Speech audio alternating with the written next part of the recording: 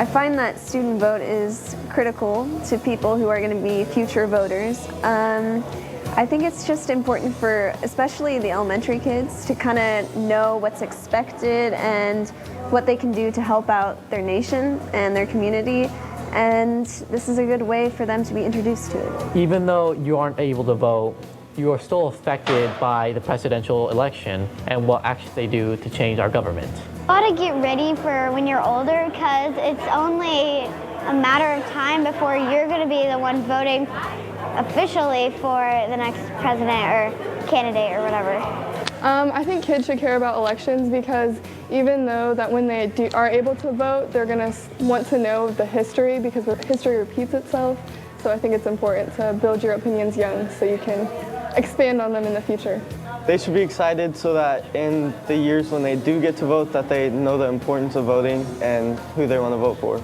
Growing up, my first election I paid attention to was Obama's first election, and I didn't really think it affected me, but it's important to realize what they did, and it will affect you later in life. So realizing how important it can be growing up means that you're going to be a better, stronger voter as you get older, and your knowledge will always be increasing. So it's always good to know, no matter what age. Just learning about your right to vote encourages voting as an older individual who has that legal right. And so if we infuse this into the younger kids at this age, then they'll learn, oh, this was when I got to make my own decision about who was the leader of me and my community. And we can have our own vote that we get to be involved in. A lot of kids they just want to know what's happening around, and they want to know what's going on. Well, I think this year's election is very exciting, and I want to be able to be a part of it in some way. And so not only do I get GoPro hours for this, I also get to sit firsthand and see and maybe hear some people's opinions, and I love hearing other people's opinions, so I'm very excited for that. Well, if you say that the election doesn't matter, then you're saying that what happens in the future doesn't matter. Kids care about the election because who becomes our president, it determines what our future will be like and how schools will teach and stuff. It's the citizens who make up the nation. It's them who keep it going. And if we just left it to the government, it would be a completely different world right now in terms of America. But I just think it's important for people to vote no matter what, even if the person they're voting for isn't entirely what they believe in. It can maybe lead to the direction that they're hoping for.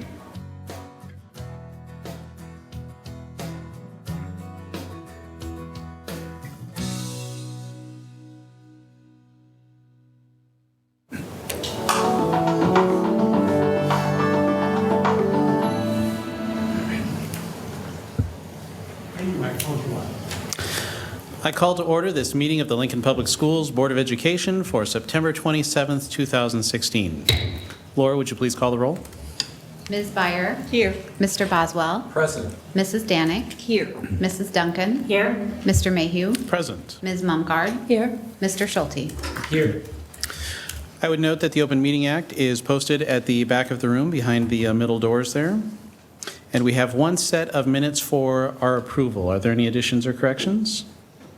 Seeing none, those will stand as approved.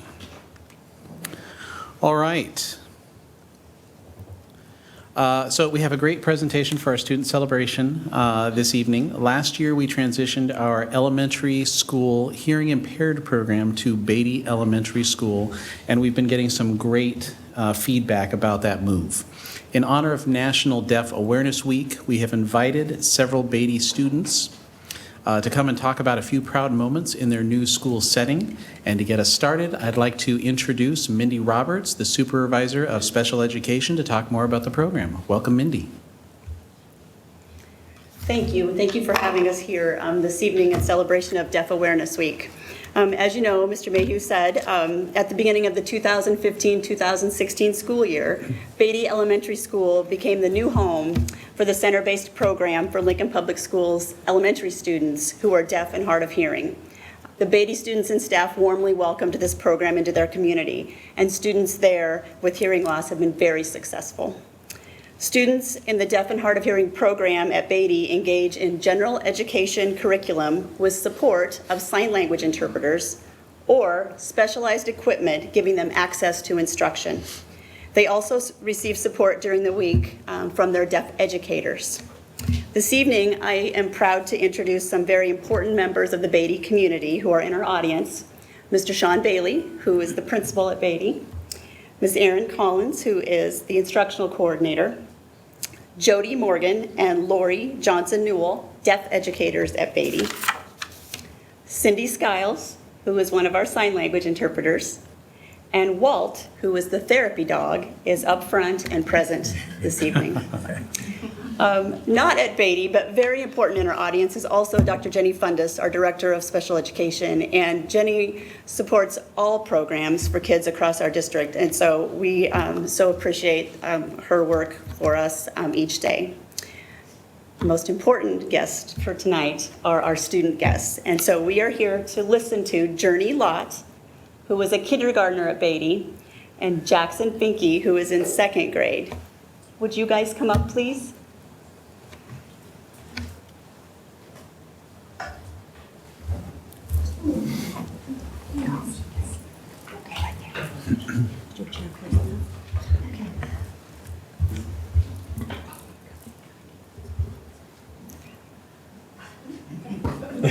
We're waiting for Walt.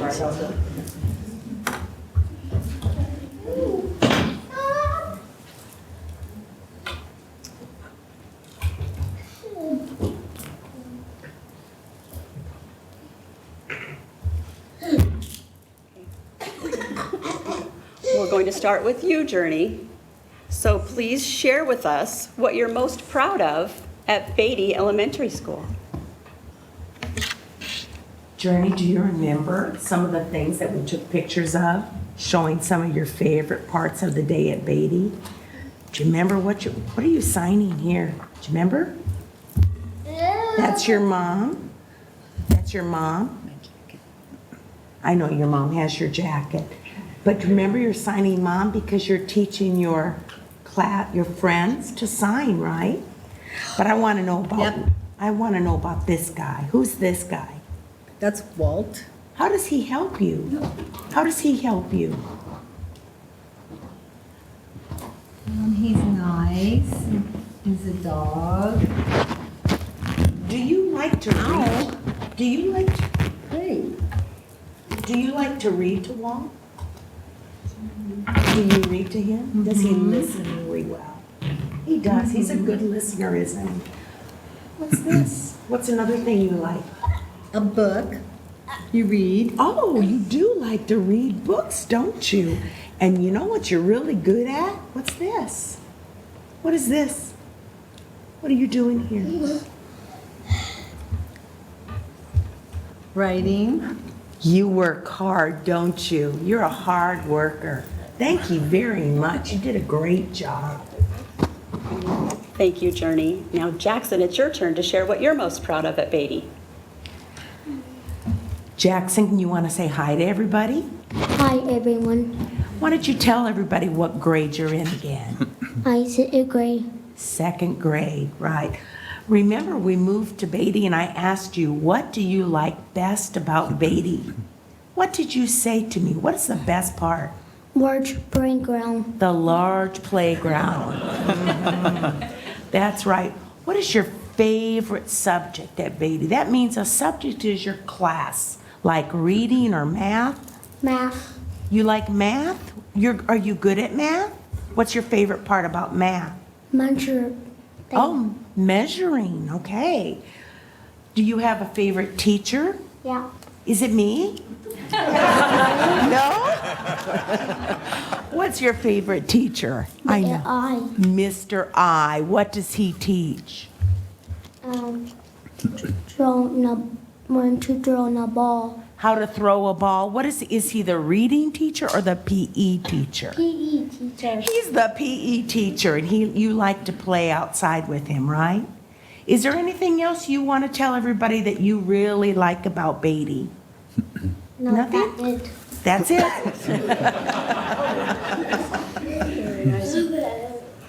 Thank you so much for having us. Thank you for the staff that came and for Cindy to come and help interpret for us. We had a great time planning, and we're very excited to be here. Now, are there some families here to introduce as well? Absolutely. I'm Bree. I'm Journey's second parent. I'm Alicia. I'm her mom. I'm Mary Jackson's grandfather. Thank you all for taking the time to come and share with us tonight. Thank you.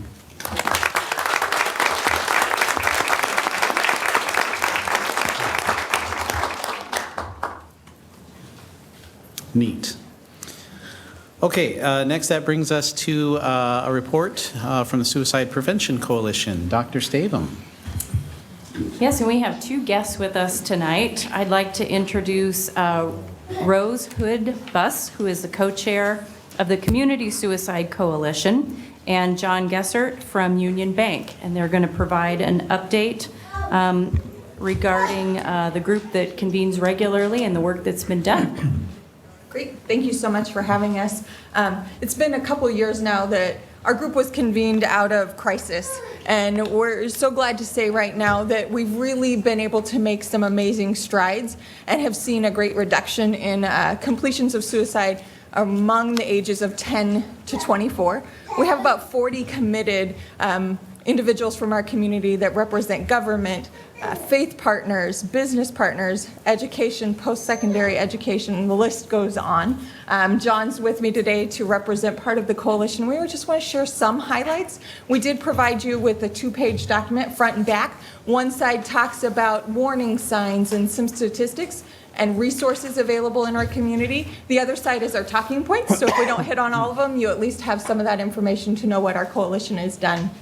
One of the biggest pieces that we're embarking on right now is an awareness campaign. And we've coined it Hope L&K or Hope Link. And what that's really about is how do we get the message out that it's okay to talk about suicide, suicide prevention, and mental health to break down some of the stigma so that we can start to have a community that's ready to talk about it at any point in time, regardless of whether I'm a mental health practitioner or a parking garage attendant, that I'm ready and willing to talk about it. Hi, thank you. I'm John Gessert. I am pleased to be here representing the business community on the coalition, and I'm proud to have 2 daughters in LPS. So again, in regard to awareness and means restrictions, some of the things that we're proud that we've accomplished in the last year and a half. We have recently, and you've probably read about this in the paper, prevention signage has gone up in all city parking garages as well as UNL parking garages, Bryan Health, and St. Elizabeth, which includes signage on the top floors of those parking structures as well as the bottom floors. We're also working with privately owned garages in the city to accomplish the same thing, and also proud that the city parking garage staff has been through the suicide prevention training. We are also in a partnership with Big Shots, which is a shooting range here in Lincoln, regarding firearms means restriction, including providing suicide prevention materials throughout the shooting range, suicide prevention materials provided to every purchaser of a firearm, and lock boxes sold at cost to the community. So there's a real collaboration, and we're pleased to see that progress as well. I will also mention, I'll jump down to education and training. One of the things that we've accomplished that has really been a great grassroots effort has been the QPR training, which is a question, persuade, and refer. And over the course of the year, from July 1st, 2015 through June 30th of this year, we've had more than 2,000 individuals in the Lincoln community trained to ask a question and save a life. And it's terrific training. I can attest to it, having been through it, and I was proud to that our bank, that Union Bank, recently had provided the training to our employees, and we had 20-some employees in attendance, all of whom I think found it very worthwhile. In addition to that, we've had 150 individuals at UNL campus who have gone through this training, and Bryan Health is also sponsoring a total of 8 trainings for all of their staff. So in addition to the trainings, the awareness, the means restriction, we've done a lot of work in partnership with the schools. We've worked to expand Second Step, building that social emotional toolbox. We recognize that if our young people have the skills at an early age, that they're really set up for success. So that was incredibly important to us. We worked to ensure that the SOS, the Signs of Suicide curriculum, was available not only to the public school, but also to our parochial schools. So Pius and Lincoln Lutheran have also implemented Signs of Suicide into their general education, their health curriculum. We've worked closely with the LPS counselors in their programming for transitioning the sixth graders into middle school, because we recognize that that's an important time that they need to have those skills. One of the other pieces that we've done a lot of work with is what's called SBQR. We become alphabet soup, QPR, SBQR. But SBQR is a screening brief, very brief. It's 4 questions that can be asked, scaled, and then when somebody is referred, they're able to say what number they are on a scale in terms of their suicidal ideations and thoughts. So it gets everybody using the same language. LPS is piloting that with 4 schools, Lincoln Police Department, Lincoln Fire and Rescue, and multiple human service agencies that provide therapy are looking at using it too, so that everybody's talking the same language as they're working with individuals that are suicidal. The coalition has also partnered with something larger happening in the city, which would be the through the Lancaster County Human Service Administration, the Crisis Response Task Force. And why that's really important right now is that if Lincoln Police Department were to intervene with a young person, take them to Bryan Health for an assessment, and they are not admitted, that leaves a family in a place saying, I don't know what to do with my child. Lincoln Police don't know what to do with them. So our community has responded with what would be called crisis response.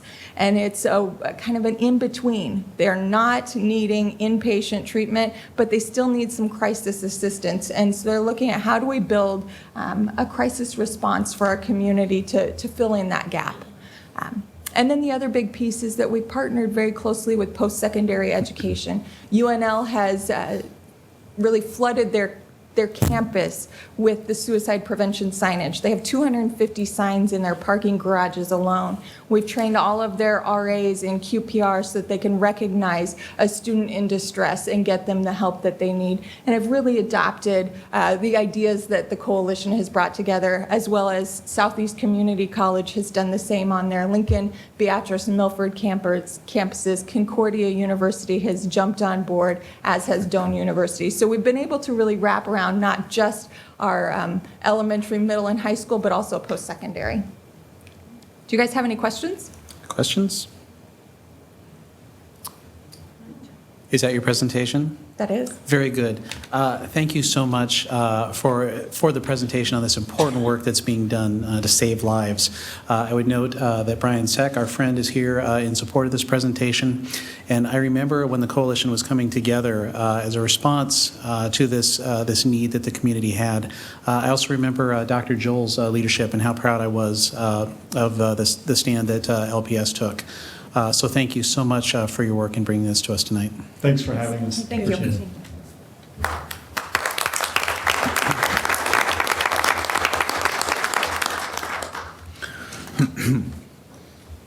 Next is public comment. We have not received any blue cards. Is there anyone from the public who wishes to address the board? Seeing none, we'll move on to the consent agenda. Is there a motion? Lanny? Move approval of the consent agenda. Kathy? I would second that motion. Connie? Out of an abundance of caution, I hereby declare a potential conflict of interest and hereby abstain from voting on check number 56698 as part of agenda item 8.2A. As set forth in the agenda materials for this meeting, I have signed and filed a recommended form which reflects my intent and my vote on same. I vote in favor of the balance of consent items. Other comments? Seeing none, Laura, would you please call the roll? Ms. Byer? Yes. Mr. Boswell? Yes. Mrs. Danick? Yes. Mrs. Duncan? Yes. Ms. Mumgard? Yes. Mr. Schulte? Yes. Mr. Mayhew? Yes. Next, items for first reading. We have item 9.1.1, legislative guidelines. Connie? And I'm just going to turn this over to Mr. Neal, please. Absolutely. legislative guidelines come to you each year. We use the guidelines as a way to provide insight into the wishes of the board and the goals that you have legislatively at the state and federal level. The executive team and other staff members use the guidelines in our communication with legislators as they prepare legislation and then after the session's begun. It does not replace the critical communication that we have through the Government Relations Committee and through the board throughout the process. But what it allows us to do is it gives us that authority in between those meetings and gives us direction. You'll notice that the legislative guidelines this year appear somewhat edit heavy. Those edits are not so much in the content. We haven't changed our positions dramatically, but there are two formatting changes I'd like to highlight. First, the guidelines that we've approved year after year were a combination of we were for this and against that. They've all been formatted to be positive statements of what the district supports. So each of those statements has been rewritten. Lincoln Public Schools supports this legislation, this position, with a statement at the very end of the guidelines saying any legislation contrary to these positions may be opposed by Lincoln Public Schools, to make it a little bit clearer on the guidelines. The other change is the order, you'll notice, has changed dramatically as we've grouped different guidelines together. Guidelines 1 through 5 highlight legislative issues regarding board control and local control. Guidelines 6 and 7 relate to students and parents. 8 through 13 are funding questions. And 14 is more of a catch-all. It talks about clarifying legislation. So again, the guidelines have stayed. Some are very similar to what they were the year before. Our major changes are changes in formatting to switch to positive and also in the grouping. But I'd be happy to answer any questions on any of the guidelines. Questions? Barb? I just wanted to make a clarification. That is on what is now number 3. It says require mandated state and or federal programs have financial resources adequate to fund the requirement or that they be optional for districts. I want to clarify to everyone that a lot of our state and federal mandates, not all, but many, concern our students with disabilities. And I think it's good for us to take a moment in time to remember that our students with disabilities are our students regardless of mandates from the state or the feds. Though, of course, we would go and encourage our federal government and our state government to support us in the goals of going and raising the achievement of all students, including those with disabilities. And I just wanted to clarify that. Thanks, Barb. Lanny? I had a question about what is the new number 9, the old number 12, which talks about promoting equity and funding through the equalization of state revenue sources for public schools. And I just wanted to make sure that we were clear. There's equalizing and equal are two very different things when it comes to state funding. There's been a lot of discussion about providing state aid on a per student basis that would be equal or foundation aid, and then what we've traditionally supported, which is equalization aid, the use of state resources to balance out from districts that have either high or low property valuations. Could you clarify what we mean by the equalization of state revenue sources in that guideline? Absolutely. I'm going to turn this over to Dr. Standish. She's one of our foremost experts on state aid in all of Nebraska. So, Dr. Standish? Yes, the committee was trying to capture exactly what you said, which is the priority of state resources being equalized, which is not equal. It's more of a concept of equity, where the state formula goes and looks at what a school district can raise locally first, and then in order to make school districts whole, the state revenue comes in. I do think a minor modification to this, based on the conversation, would be to maybe even strike the word state and make it revenue sources, because it does look at what you can raise locally first, which would go beyond state sources. So I do think that if the board were to choose to make that modification, that would more accurately highlight the concept of equity, and equity is not equal. It's actually counter to equal. Right, and I think that would be a very good change. So it would be equalization of revenue sources, and that would include both state and local. Correct. Basically, so state aid should be needs minus resources, which I think is the language we've used in the past. Correct. Thank you. Okay, I saw Connie and John taking notes on that. Kathy? One of the important things of these guidelines is that they give direction to staff when they prepare testimony. And I think it's important, now these are guidelines, sometimes are things that we hope don't fall outside of this parameters, but it gives them the will of the board representing the community of where we believe legislation should move. On Barb's topic on special education, I really like the language here, but for a very different reason. In the 70s, when the Individuals with Disabilities Act was, Education Act was passed at the federal level, there was a promise of 40% funding. I don't think we've ever gotten to 20% funding. We're like about 13% funding across the state of Nebraska right now. So I think it's really important to know that when we mandate or ask for these things, it's just asking them to keep the promise that they made back in the 1970s to fund the individuals with disabilities at the local level. Best education happens at the local level. And that 40% difference, that 22 to 28% that they're not funding us, that's resources that our community comes up with in other ways. When we talk about our budget, we've always seen that there's more needs than resources. And I just think when you're going to do something, whether it's at the state level, the federal level, or the local level, we provide the services no matter what. But when they promise it, somewhere in my lifetime, I hope we see this funded, but I think we still have to always advocate. So thanks for bringing that up, Barb. I want to remind the community that that money's supposed to come from the federal. They've just never come through with it. Other questions? Connie, who else serves on the committee with you? It's Kathy and Annie and myself. Great. Thanks for your work, guys. This will come to us at our next meeting for a vote. Next, we have several items from the policy committee, starting with item 9.1.2, policy 3001, business for the fiscal year. Barb? Yes, this is for first reading, and I'm going to turn this over to John Neal to go and explain the policy changes that are before us. Thank you. The first policy 3001, takes the existing state statute and includes it in our policies as a clarification to those people interested in what our fiscal year is. This is established in statute, but it makes that very public to those people we might partner with in the future or those people within our district that our fiscal year runs from September 1 to August 31st each year. Questions on that? All right, motor on. Policy 5119 also exists in statute.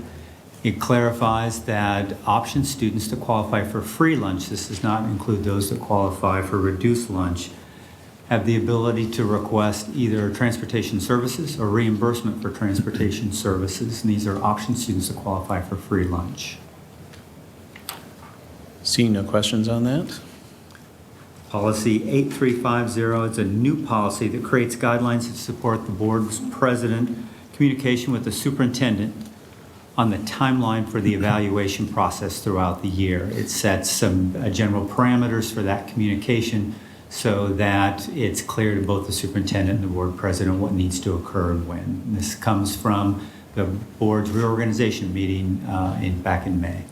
And as I recall, part of the reason for this conversation was that awkwardness with going through the evaluation process, possibly having an election with new board members who come in fresh and then they're voting on something that they weren't part of that process. So this is cleaning up that timing?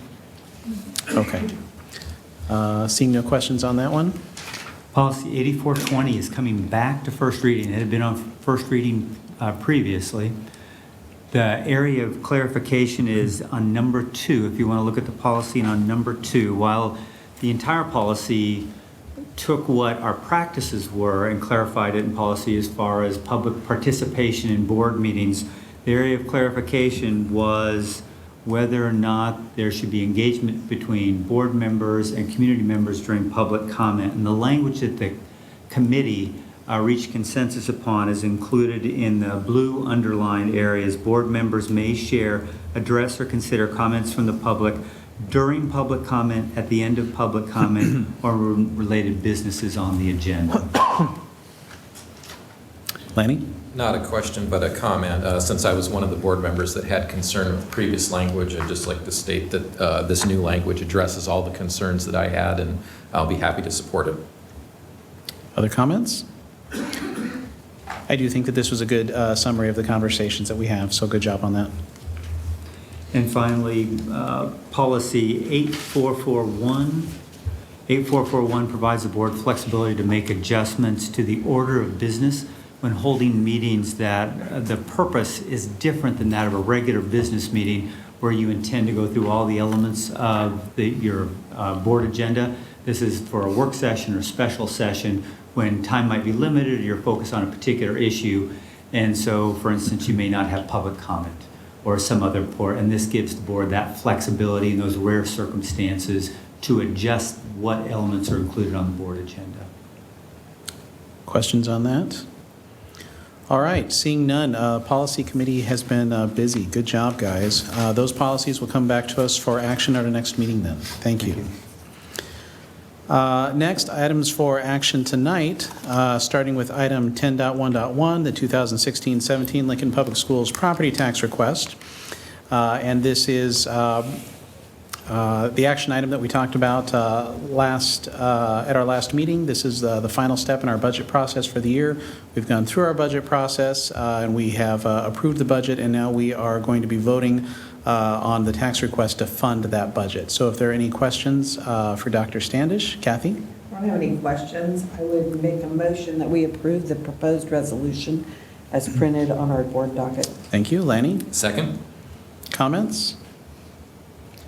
Lanny? Just a couple comments I wanted to make on sort of a historical perspective. So this levy is 0.3 cents lower than what we had last year, and about half a cent lower than what we had 4 years ago. It's also 7.5 cents lower than what we had as a levy 12 years ago. And I was just thinking, if that 7.5 cents had happened all in 1 year, I think everybody would be talking about this massive tax cut that we passed. We'd be sitting there trying to adjust our budget to what would be a massive disruption and change. But instead of a flashy one-time tax cut, what this board has done over the last 12 years is just provided slow and steady tax relief. 0.3 cents this year, 0.2 cents another year. And it's to the point now where we have the lowest levy for LPS in 49 years, probably longer, but that's just as far back as our records go. I just think that's a sign of a district that's interested more in the long term than the short term, and a district that lives within its means. So I'm very proud to support this request tonight. Well said, Lanny. Thank you. Other comments? Seeing none, Laura, would you please call the roll? Mr. Boswell? Yes. Mrs. Danning? Yes. Mrs. Duncan? Yes. Ms. Mumgarde? Yes. Mr. Schulte? Yes. Ms. Byer? Yes. Mr. Mayhew? Yes. Next, we have item 10.2.1, the Electronic Theater Controls Grant to upgrade the theater equipment at Southwest High School. When we discussed this at our last meeting, we had asked for some supplemental information, which Dr. Stavum has provided. And in the absence of any questions, is there a motion? Lanny? Move approval of item 10.2.1, the grant for upgraded theater controls. Thank you. Barb? I second that. Discussion? Kathy? Just one, and it's something that maybe we need to look long-term at, since we've redone all of the theaters in Lincoln Public Schools to match match might be the wrong word, to give comparability to what we have in our two newest high schools. I would hope we would look for a long-range plan to make these similar kind of updates when they get into that life cycle of the items. Or is this grant something we need to look at each building over the next several years, because we're going to get into that cycle? Do we know? My understanding from Mr. Wieskamp was that this is something that we look to do at all of our high schools, and it focuses a lot on energy efficiency. So I think the goal is to do that in all of the 6 high schools. I think it's also important to note to the public that we do look for other ways to take care of these things as well. So thank you for doing that. I've got Annie and then Lanny. Well, then to clarify that, would that be up to the high school to put that forward, or is that going to be part of our list of you know, how we just keep going through our list. Would you like to comment on that, Mr. Wieskamp? Like changing our light bulbs.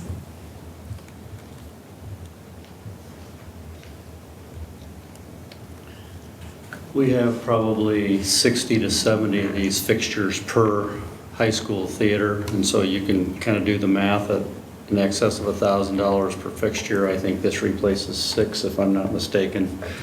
That's a pretty healthy replacement.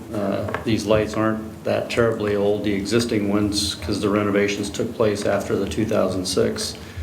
I think, as Dr. Staven mentioned, we'll look at all the resources available to replace over time due to energy efficiency. I think Lincoln Electric System has some sustainable energy funds that they work in cooperation with districts and other organizations, and so that'll be one of our other avenues to look at replacing lights as they reach the end of their life.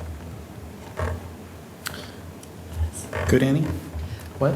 Oh, this? Yes. Just for comparability, please help me with this a little bit, but I believe the difference is actually swapping out the fixture for an LED for energy efficiency, but the display and production difference, can you describe how much difference you would see in the ability to produce a production between a high school who had this upgrade and did not have this upgrade? I really don't think you'll see or notice the difference. The one thing is the original fixtures have a lifespan of like 100 hours. I think that may have been in the clarification information. And so schools are very sensitive to even turning those lights on during the school day. They really use it for performances for the most part, and they use just kind of backstage lighting and other general lighting during the school day for classes. So they're very good about managing the use of the existing fixtures, but in the long haul, I think the LED fixtures will give them more flexibility to use them almost daily during practices and rehearsals. You good, Annie? Just to follow up, so is this replacing fixtures that are dead or that just need a new light bulb? So this is opposed to buying the expensive new light bulb of choosing to change the fixture? Yes to all of that. You know, the fixtures aren't that terribly old, but, you know, North Star and Southwest, which were built within a year of each other, were opened in, what, 02, 03, I believe, so they're, you know, 13, 14 years old. Bulbs do burn out. They are expensive bulbs to replace, and so it's time to replace the fixtures when we're starting to replace a lot of bulbs. Planning? And actually, I just spoke with Scott earlier and was going to share just some of the things he already said, so I have no questions. Other questions? Kathy? No question, just an observation that we don't have any matching funds on this grant that are required, so it's always good to get money that we don't have to take it out of the general fund to pay for those kind of things. Very good, thank you. Seeing nothing else, Laura, would you please call the roll? Mrs. Danick? Yes. Mrs. Duncan? Yes. Ms. Lombard? Yes. Mr. Schulte? Yes. Ms. Byer? Yes. Mr. Boswell? Yes. Mr. Mayhew? Yes. Next, that brings us down to informational items and reports, and I have a couple. We're going to start with student learning. Annie. All right, well, just want to, first of all, give a little update. Student Learning did meet today. Just kind of a big overview. The Student Learning Committee did decide that this year we're going to kind of take a deep dive into how to strengthen and support our focus programs. And we're starting to look at like the who, what, and how of how our focus programs are operating, who's doing them, how they're doing, all that, so forth, so that we can have just a deeper understanding how we can help grow and support our programs. And that would go hand in hand with what we find out during our strategic planning. So it's kind of giving us a depth of understanding for our next steps. We're also staying really updated on the DMC audit, so that we can be sure that we're moving forward on that. And today we also asked for an assessment update. And we're going to share with you some of the information, and I'm going to pass that over to Dr. Staten. And I'll invite three of my colleagues to come up, Sarah Salem and J.D. Miller and Leslie Eastman. All have a part in this. If you remember, our scores were released a couple weeks ago regarding NISA. We've seen ACT scores, so we're just going to review a little bit, as well as some of the changes that we have coming from NDE. Some things look the same as years past, and some things look different in terms of that release. And then what we'll still be waiting for in the next couple of months for data that hasn't yet been disseminated. So I'm going to turn it over first to Dr. Eastman.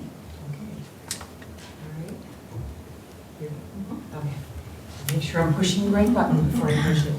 Good evening, how are you? Good evening. So we're going to start by talking about ACT, which is the college entrance exam that's commonly given in the Midwest. We have been participating in a statewide pilot for 5 years, counting last spring. And this summer, the state released an RFP and made a decision to offer a contract to ACT to use ACT to replace the 11th grade NISA assessment beginning this year. So it's a little bit of background information. So a reminder again, this is juniors, and this would be all juniors. It occurs during the school day, and the cost is covered by the state of Nebraska. So there's no cost to students or their families. One thing that's important to note before we actually look at ACT scores, right now and for the past 5 years, functionally we've got about 100% of our seniors participating in the ACT. If you look at nationally and you look at districts and states, the average is about 57%.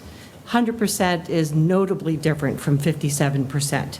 So as you look at scores, you have to remember that context, and you have to be careful about what kinds of comparisons you make.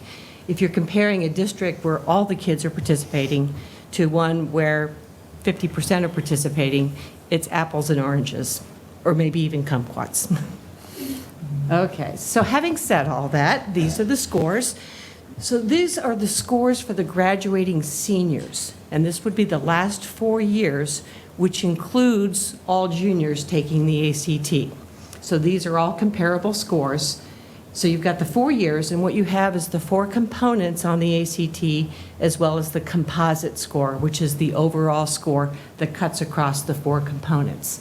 And basically, if you look at 2016, which would have been last spring, the scores are fairly flat. Okay?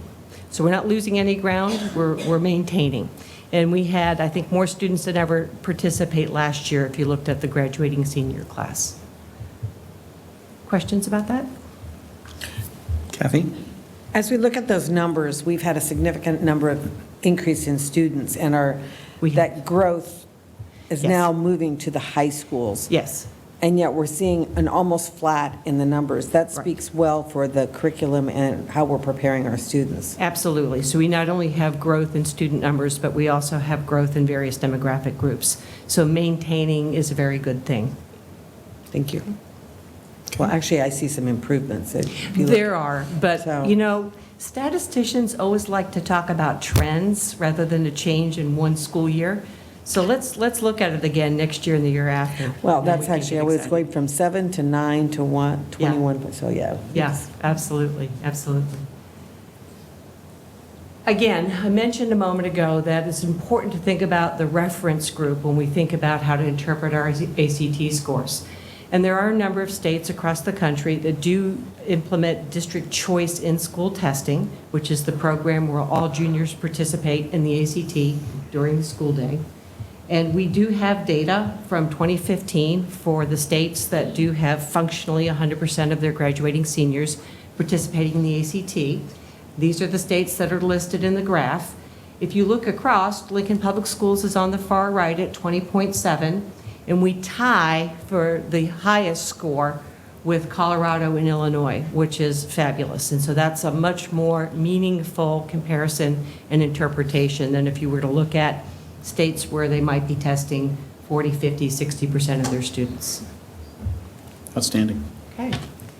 All right, now I'm going to hand it over to JD. I'm going to talk a little bit about NISA, and that is the Nebraska State Assessment, and we give that assessment in grades 3 through 8 and 11, and in the areas of reading, language arts, math, and in science. So I'm going to start by talking about elementary reading. And while the trend line certainly is the direction that we like, there are a couple things I want to point out. The implementation of the comprehensive literacy curriculum was in 2014. So in that first initial year, for us to relatively hold steady in the first year of an implementation is always a good thing, because there are a lot of new changes facing students and teachers. But if you take note of the progress in 15 and 16, I think that reflects the increased rigor of that curriculum and is providing kids with the basis they need to be successful on the NISA. So Overall, we're very pleased in 3, 4, and 5, both with the gains and being above state average in all 3 of those grade levels. Questions about elementary? Okay, we'll go on to secondary. Just as a reminder, we also use Reading Wonders in grade 6. So again, that was in 2014 was the first year we implemented that. We have really looked at 6th grade because it continues to just hold kind of steady rather than seeing the improvements that we've seen in 3, 4, 5. So we're having a lot of conversations with 6th grade teachers, with principals, and making sure that we have all the pieces in place for those kids to really fully realize that curriculum and utilize the resources that it has to offer. 7th and in 8th grade, the amount of time that students spend in reading is a little bit less, so we continue to watch those trends. Overall, above state average is certainly something that we're very pleased about. And junior year is something that you'll notice it is at the state level and at the district level is lower than grade 8. There's a lot of variation that happens in grade 11, whereas the types of courses that students take in 6, 7, and 8 is a much smaller number. There's less variation in terms of the types of courses students might take. But once we start to hit high school, those courses, there are a greater variety of courses, both in English and in math and in science. And so some of that is attributed to that, but we are certainly looking for ways to make sure that students can achieve at a higher level. And just as a reminder, as Dr. Eastman mentioned, this is the last year for NISA grade 11. So we will be moving to the ACT starting this year. That will be, we don't really know exactly how that will be reported, since it will be used in a different way than the same assessment that we've been using in the past. So more information to come about what that will look like in terms of how it will be reported by the state now. The data that we've received in the past has come directly from ACT. So the accountability piece from the state is still being defined. Questions about secondary reading? Kathy? On 11th grade, because I went back and looked at the ACT scores, because the ACT scores for reading are going up. Have a significant improvement, and yet this looks like a much lower level of improvement. Is there some analogy as to why the students are doing better on the ACT compared to the NISAs? I'm going to mention one thing, and JD, you can piggyback on this. Students show a level of enthusiasm about taking the ACT that we don't always see with standardized testing. The very first year we participated in the pilot back in 2012, we held our breath a little bit on the day of testing to see what attendance might look like, and it actually ended up being the highest attendance that year for juniors. So they seem willing and even in some cases enthusiastic about participating in the ACT. So it's kind of ideal testing conditions in that respect. And I really do think our high schools do a great job of communicating the importance, but I don't know that there is that individual significance like there is for the ACT in terms of what this score really tells me. There is certainly we all know there's a long time lag between when students take that as the NISA assessment and when they get those results. That's different than ACT. So all of those things I think do contribute. But we, as always with any assessment, we want to make sure that our curriculum is aligned and kids have the opportunity to learn and they have the opportunity to be successful. So that's been true on NISA, that will be true on ACT, and any assessment that comes across our desk in the future is making sure that kids have every opportunity to show what they know and to be successful on that assessment. In many conversations with the students that I've interacted with in the junior year, they're kind of test weary, and yet you're talking about an enthusiasm for the ACT, and I can only relate that to they see the ACT as future opportunities. It is. They need it for colleges, they need it for post-secondary education, and a lot of them didn't have money to take the ACT, so here's that opportunity that they get to take it and they can see success in their hands this way. And it's that individual meaning to them that I think is a connection that doesn't exist with NISA.